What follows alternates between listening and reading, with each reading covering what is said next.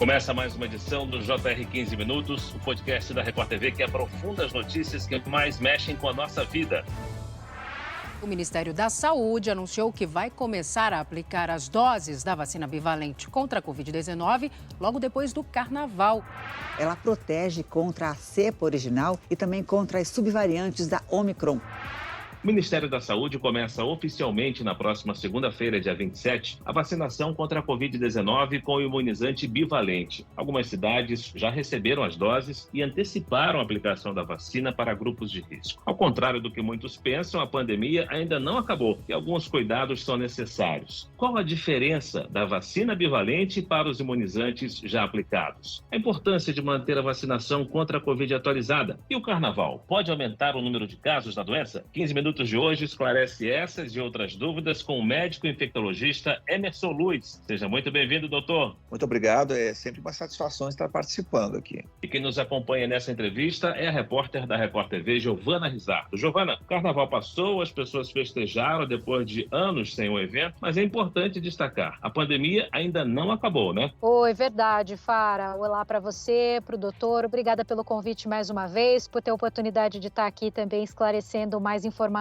né? Fara, a volta das atividades normais, como o trabalho, aulas presenciais, o fim da obrigação do uso de máscara e o retorno de festas, como o Carnaval, podem passar essa sensação, né, de que a pandemia já acabou, que a pandemia já se foi. E no fim de janeiro, a Organização Mundial da Saúde, a OMS, emitiu um alerta nesse sentido. A situação está melhor, isso é fato. Todos nós percebemos que o nosso dia a dia está melhor, né? Mas a pandemia de coronavírus continua. Doutor Emerson, podemos dizer que a vida voltou ao normal, mas que os cuidados devem continuar nesse momento, são necessários ainda? Certamente os cuidados são necessários. Podemos dizer sim que a vida está voltando àquele ritmo normal, mas a doença, a Covid-19, ela chegou para ficar, pelo menos por hora.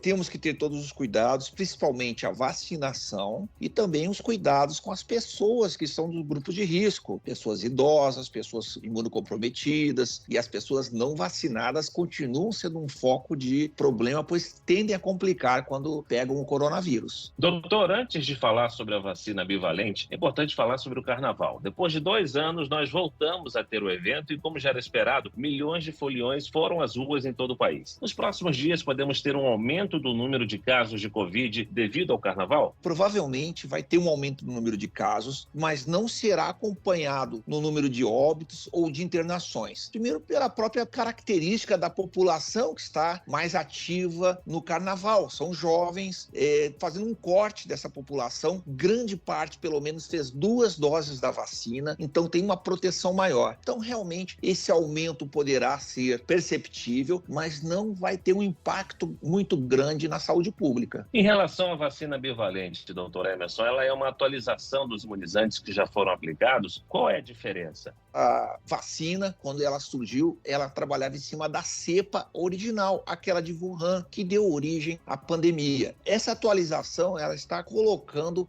algumas proteínas, algumas características, na verdade, variante Omicron e das suas subvariantes que dominam hoje o cenário epidemiológico, principalmente a BA1, a BA4 e a BA5, que são subvariantes da Omicron, e essas subvariantes hoje são responsáveis pela maior parte das internações e das pessoas que estão doentes com a Covid-19. Doutor Emerson, a campanha nacional começa na segunda-feira, dia 27. E assim como foi no início da vacinação contra a Covid-19, essa imunização começa pelos grupos prioritários? Não há doses para todos, a logística não permite vacinar toda a população de uma forma rápida.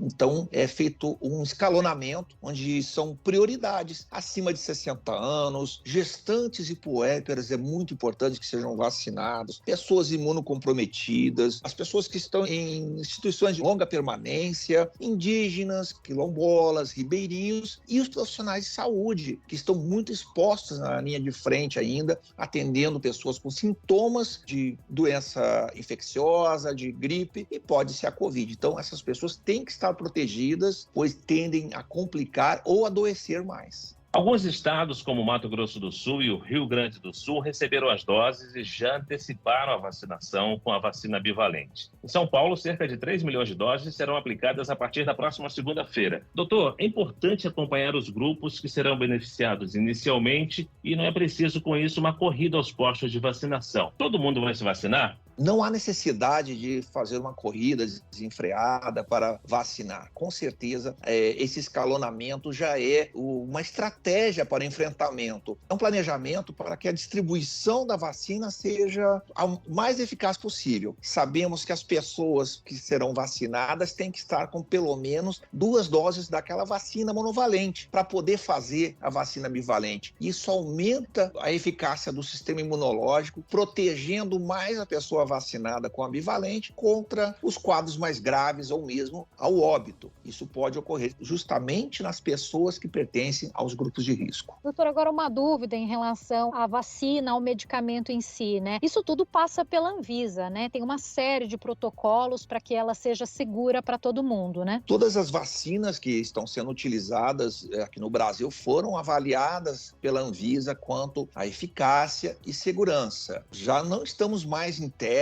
não é uma vacina experimental, não há protocolos em relação a essas vacinas, já são vacinas para uso na população. A segurança dessas vacinas já está comprovada. Se nós olharmos todo o sistema de vigilância para efeitos adversos à vacinação, e o Brasil tem um dos melhores sistemas de vigilância contra efeitos adversos de vacina do mundo, nós observamos que a vacina bivalente não está relacionada com óbitos, não está relacionada com outras alterações importantes. Por isso é importante que seja feita esse escalonamento da vacina. Ampliando um pouquinho aqui a nossa discussão, a gente viu nos últimos anos que muitos pais deixaram de vacinar os filhos contra outras doenças. E é sempre importante ter o cartão de vacinação atualizado, né? Exatamente. A cultura vacinal brasileira, ela sempre chamou a atenção. O Programa Nacional de Imunização, ele é exemplo para o mundo, pois consegue levar vacina para todos os municípios, uma capilaridade invejável. Deixar de vacinar é colocar a criança em risco. Temos aí o sarampo, uma doença que voltou, a poliomielite,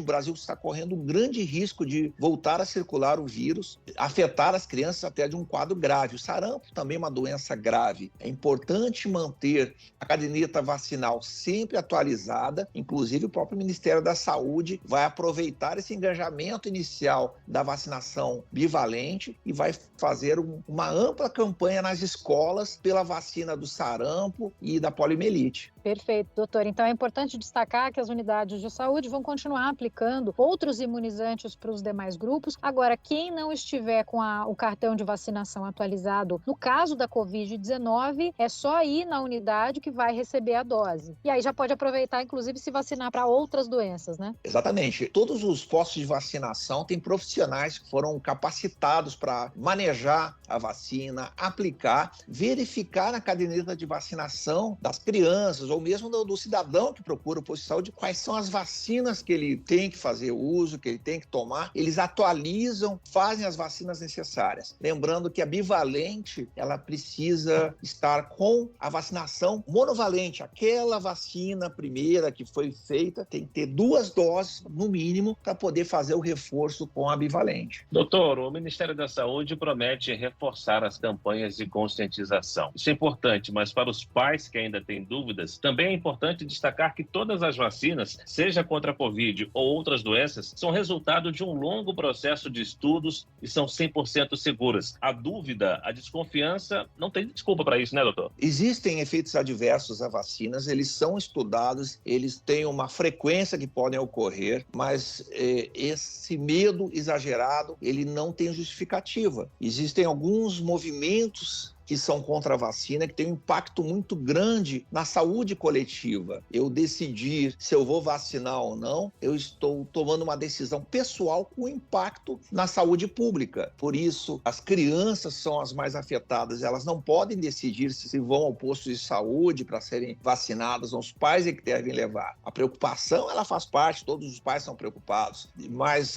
o sistema de vigilância em relação a esses efeitos adversos, ele é muito ativo, positivo e caso haja qualquer relação de um efeito adverso, de uma reação que seja grave, com certeza a Anvisa vai ser a primeira a se manifestar e serão tomadas as medidas para controlar e verificar a segurança dessa vacina. Doutor Emerson, no ano passado, além da Covid-19, nós passamos a conviver também com notícias sobre a contaminação da varíola dos macacos. O surto da doença já está controlado? A varíola dos macacos, ela tem uma característica que conseguiu segurar. Ela, para ocorrer a transmissão, tem que ter uma convivência mais íntima. As pessoas têm que estar muito próximas, com um contato pessoal mais intenso. Então, essa característica faz com que seja mais fácil isolar os casos suspeitos, deixar em isolamento. As lesões, elas são aparentes, então é uma doença mais fácil de controlar. Podem ocorrer surtos, sim, em locais específicos, numa família, num local de trabalho, numa escola, mas isso tem diminuído bastante. O controle dela está sendo bem efetivo. Doutora, a Giovânia citou a varíola dos macacos aí. Quais são os sintomas dessa doença e quando a gente deve procurar uma unidade de saúde? Em geral, a varíola dos macacos vai começar como uma doença infecciosa. Às vezes pode ser confundida até mesmo com a gripe. Dor de cabeça, dor de garganta, cansaço, febre. Depois de 5 ou 6 dias, começam a aparecer lesões pelo corpo. São úlceras, feridas. Essa transmissão pode ocorrer na presença dessas lesões. Também pode ocorrer gotículas quando essa pessoa está falando, mas realmente a transmissão ela é mais por contato e por convivência íntima. Toda pessoa que tiver um sintoma infeccioso de febre, dor de cabeça, dor de garganta, cansaço, deve procurar atendimento médico para fazer o que nós chamamos de diagnóstico diferencial, saber se aquilo ali é Covid. Nós temos o problema da dengue, que tende a aumentar na época de chuvas. A própria varíola dos macacos está intimamente ligada com esse contato mais pessoal. Então, procurar o atendimento médico sempre que houver sintomas infecciosos. Febre, dor de cabeça, dor de garganta, tosse, cansaço. É muito importante que as pessoas tenham consciência disso. E os cuidados, né, para evitar a contaminação também precisam ser bem efetivos, né, doutor? O senhor estava falando, né, existe uma diferença entre sintomas. Então, no caso da dengue, que é um período que em muitos estados tem dengue, né, a bem ativa, a Covid-19, a varíola dos macacos, mas em algum momento elas podem se confundir e assim o paciente precisar mesmo da ajuda médica, não ficar em casa tentando tratar? Principalmente no início, é mais difícil de saber como vai evoluir essa doença. Os quadros são muito parecidos no início: febre, cansaço, dor de garganta, dor de cabeça. A dengue tem uma característica que diferencia: é a febre alta, uma dor de cabeça principalmente atrás dos olhos, cansaço. A pessoa ela não tem como ficar na dúvida que ela teve a febre geralmente é alta. Quando falamos em varíola dos macacos, a febre ela pode ficar ali, passar até desapercebida. Na Covid-19, muitas pessoas relatam que nem febre elas perceberam. Então tem algumas diferenças, mas no início do quadro ele pode ser confundido com várias doenças e é necessário um profissional médico para fazer o diagnóstico diferencial, já que temos, além do exame clínico, temos exames de sorologia, exames de anticorpos e outros exames laboratoriais que vão ajudar o médico a fazer o diagnóstico. Quero aproveitar sua participação para tirar outra dúvida importante, doutor. Nesse mês, um surto do vírus Marburg foi detectado na África. Autoridades de saúde da Guiné Equatorial confirmaram um surto da doença e em Camarões, casos também foram confirmados. Esse é um vírus com 88% de taxa de letalidade. Duas perguntas, doutor. Que vírus é esse? E nós devemos nos preocupar aqui no Brasil? Esse é um vírus que podemos dizer que ele é primo do Ebola. É um vírus que está relacionado com febre hemorrágica. A transmissão dele é também um pouco mais arrastada, tem que ter esse contato com secreções, contato com objetos que foram contaminados. Então, o profissional de saúde às vezes está muito exposto. Dependendo do país que tiver uma cultura de muita proximidade com o doente ou mesmo com aquela pessoa que veio a óbito, muitos têm alguns rituais que têm muita proximidade, tem um risco grande de ocorrer a transmissão. Essa transmissão mais arrastada nos protege, então diminui bastante o risco de ocorrer em outros continentes. Mas temos que lembrar da globalização. Hoje uma pessoa pode jantar em São Paulo e tomar um café da manhã em Paris, vamos falar assim. Isso facilita muito a disseminação de doenças. Tem que estar no radar, sim. A OMS está de olho. A Anvisa tem planos de resposta. O Ministério da Saúde tem planos de emergência que podem ser sempre ativados. Se houver um caso suspeito, tem que se fazer o isolamento e ficar vigilante, principalmente em nossas fronteiras e nossos aeroportos. Muito bem, nós chegamos ao fim desta edição do 15 Minutos. Eu agradeço a participação do médico infectologista Emerson Luiz. Obrigado, doutor. Obrigado a todos. Agradeço também a presença da repórter da Record TV, Giovana Rizar. Obrigada, Fara, pela oportunidade. Obrigada, doutor. Obrigada a você que nos ouve. Esse podcast contou com a produção de David Bezerra e dos estagiários Fernando Russo, Lucas Brito e Kátia Brazão. Sonoplastia de Marcos Vinícius. Coordenação de conteúdo Edivaldo Nunes e Deni Almeida. Direção editorial Tiago Contreira. Vice-presidente de jornalismo Antônio Guerreiro. Te aguardamos no próximo episódio do 15 Minutos. Até lá.